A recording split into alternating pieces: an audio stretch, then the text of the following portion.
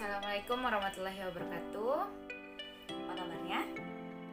Di video ini kita akan belajar matematika tentang membaca dan menafsirkan data.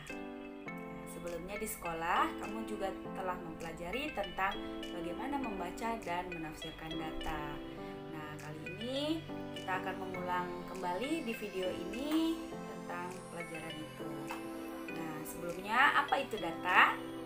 Data adalah kumpulan dari beberapa fakta. Nah, jadi kumpulan dari beberapa fakta itu bisa berbentuk tabel, bisa berbentuk diagram. Nah, diagram terbagi lagi. Ada diagram gambar, diagram batang, diagram garis, dan diagram lingkaran. Jadi, itulah yang akan kita pelajari pada video ini, bagaimana cara membaca dan menafsirkannya. Nah, langsung saja kita lihat bagaimana penjelasannya.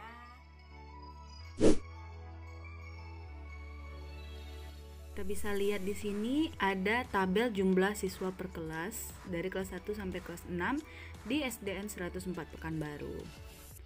Untuk kelas 1 itu jumlahnya ada 38, kelas 2 32, kelas 3 28, kelas 4 40, kelas 5 30 dan kelas 6 35. Dari tabel di atas diketahui bahwa A.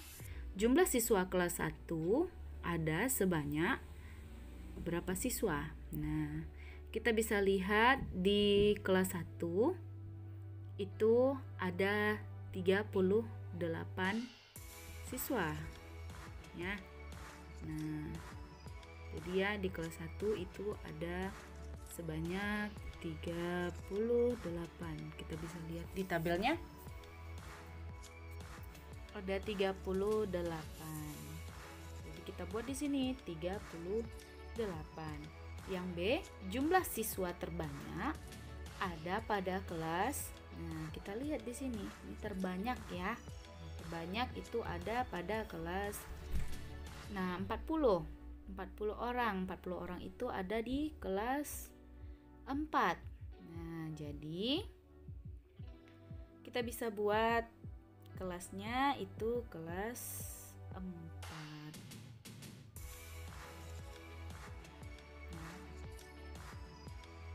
Nah, yang C, jumlah siswa yang paling sedikit. Nah, paling sedikit ya ada pada kelas. Kita lihat yang paling sedikit itu 28. 28 itu ada di kelas 3, maka kita buat angka 3. Lalu yang D, selisih banyaknya siswa kelas 5 dan 6. Nah, kalau selisih, mencari selisih itu kita bisa cari dengan menggunakan rumus ya. Nah, rumusnya adalah selisih itu sama dengan yang paling banyak dikurang yang paling sedikit. Yang paling banyak kelas 6 yaitu 35 dikurang kelas 5 30. Hasilnya adalah 5.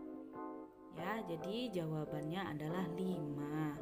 Yang E, jumlah seluruh siswa SDN 104 Pekanbaru ada sebanyak berapa siswa? Nah, kita hitunglah dari yang kelas 1 sampai kelas 6. 38 ditambah 32 ditambah 28 ditambah 40 ditambah 30 ditambah 35. Hasilnya adalah 203. Jadi kita buat 203. Nah, itu dia bentuk cara membaca dan menafsirkan data berupa tabel ya.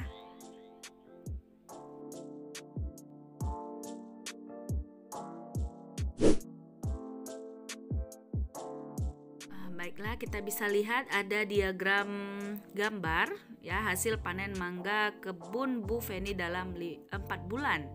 Dari bulan pertama sampai bulan keempat. Nah, sebelumnya kita lihat ada keterangannya. Gambar satu mangga itu mewakili 10 kg. Nah, jadi kita bisa lihat dari bulan pertama itu ada 1, 2, 3, 4, 5. Ada 5 dikali 10 hasilnya 50. Bulan kedua ada 1, 2, 3, 4, 5, 6, 7. 7 dikali 10 70. Bulan ketiga ada 6 kali 10 60. Bulan keempat ada 4 dikali 10 ya, dikali 10 hasilnya adalah 40. Dari diagram gambar di atas, jawablah pertanyaan berikut. Yang A, berapa kilogram hasil panen mangga pada bulan keempat? Ya, bulan keempat itu adalah 40. Kita bisa lihat tuh bulan keempat 40 kilogram. Lalu yang B, berapa kilogram jumlah seluruh hasil panen mangga Bu Feni? Nah, kita jumlahkan semuanya. 50 ditambah 70 ditambah 60 ditambah 40 hasilnya 220. Yang C, berapa kilogram selisih hasil panen bulan ke-1 dan ketiga? Kita lihat yang mana yang paling tinggi. Yang paling tinggi adalah bulan ketiga, 60. Maka 60 dikurang 50 hasilnya adalah 10. Yang D, untuk yang D itu minggu keberapa memperoleh hasil panen paling sedikit. Nah, kita bisa lihat paling sedikit itu di bulan keberapa. Nah, bulan pertama 50, bulan kedua 70, ketiga 60, keempat 40. Maka yang paling sedikit itu adalah di bulan keempat, yaitu 40. Yang E, minggu keberapa memperoleh hasil panen terbanyak? Nah, kan terbanyak itu ada di minggu keberapa? Nah, 70 yang terbanyak. 70 itu di minggu kedua. Maka kita buat minggu kedua. Nah, kira-kira seperti itulah bentuk dari diagram gambar, ya.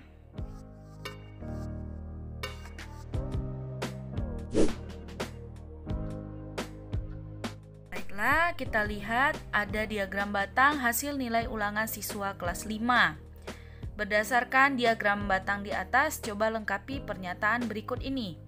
Yang A, jumlah anak yang mendapatkan nilai 10 adalah, kita lihat nilai 10 pada diagram batang.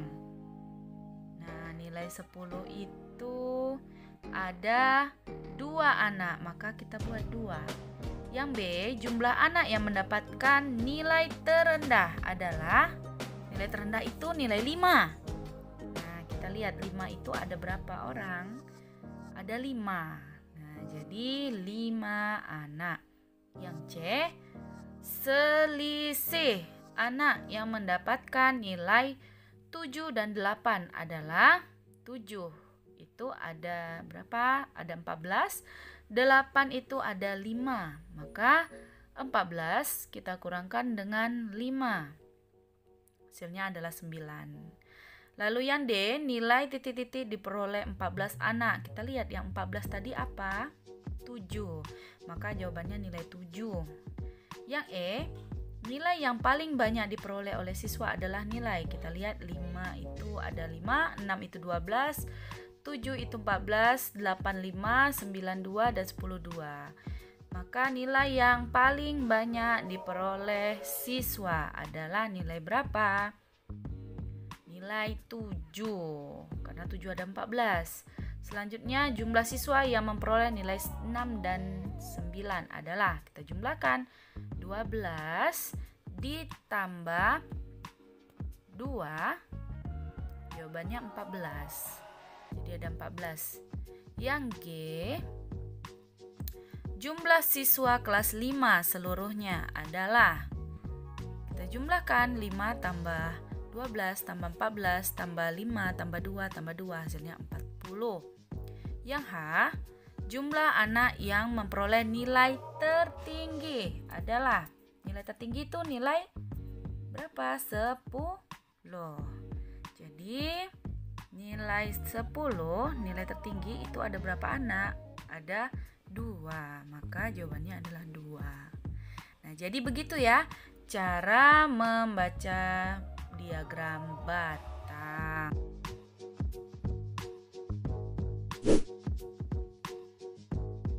Berikutnya adalah diagram garis.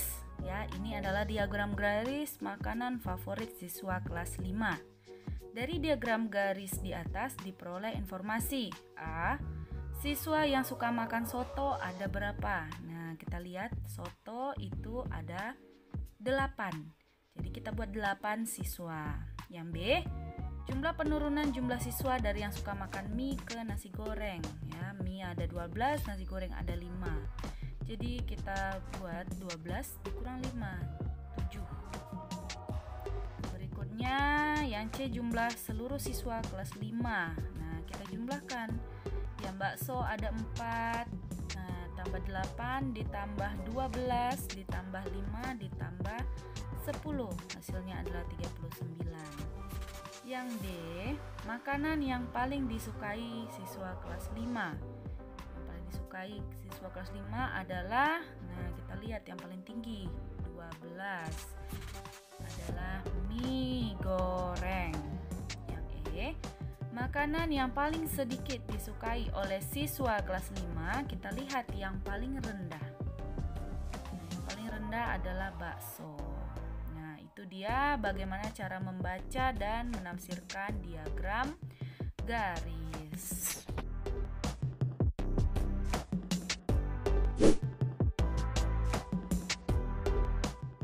Ini kita bisa lihat diagram lingkaran data pekerjaan penduduk Desa Sukamaju. Nah, diagram lingkaran di atas menunjukkan data pekerjaan penduduk Desa Sukamaju. Jadi data pekerjaan penduduk Desa Sukamaju. Jika jumlahnya itu semuanya adalah 450 orang, maka A, penduduk Desa Sukamaju yang bekerja sebagai tukang ada berapa? Nah, kita bisa lihat rumus di atas. Itu rumusnya adalah jumlah persen dibagi 100% dikali jumlah penduduk. Maka kita lihat tukang ada 27%. Jadi 27% dibagi 100% dikali 450, hasilnya adalah 121. Berikutnya yang B, penduduk Desa Sukamaju yang bekerja sebagai petani ada berapa? Nah, kita lihat petani itu ada 31%, maka 31% dibagi 100% dikali 450, jawabannya adalah 140 orang. Yang C, penduduk Desa Sukamaju yang bekerja sebagai PNS ada berapa? Kita lihat PNS itu 20%, maka 20% dibagi 100% dikali 450 sama dengan 90. Berikutnya penduduk yang bekerja sebagai pedagang. Nah, kita lihat pedagang itu ada 22%. Maka 22% dibagi 100% dikali 450, jawabannya 99. Yang E, selisih jumlah penduduk yang bekerja sebagai petani dan pedagang adalah, petani kita lihat ada berapa petani? 140 orang dan pedagang itu ada 99. Maka 140 dikurang 99 ya. Jawabannya adalah 41. Nah, jadi kalau untuk data pekerjaan penduduk, nah untuk diagram lingkaran ini kita bergantung pada rumusnya. Kita harus mengikuti rumusnya untuk mencari berapa jumlah penduduknya. Jadi kira-kira begitu ya untuk diagram lingkaran. Itu dia tadi tentang bagaimana cara membaca dan menafsirkan data. Nah, jadi ada macam-macam ya. Data itu bisa berbentuk tabel, bisa berbentuk diagram, ada diagram batang, diagram gambar, diagram garis, dan diagram lingkaran. Nah, jadi nanti setelah kita membaca dan menafsirkannya, kamu nanti akan mempelajari tentang bagaimana cara mengolah dan menyajikan data yang kamu peroleh. Nah, itu nanti akan kita pelajari. Jadi, selamat belajar. Semoga kamu memahami apa yang Ibu sampaikan dalam video ini. Sekian materi kita hari ini. Assalamualaikum warahmatullahi wabarakatuh.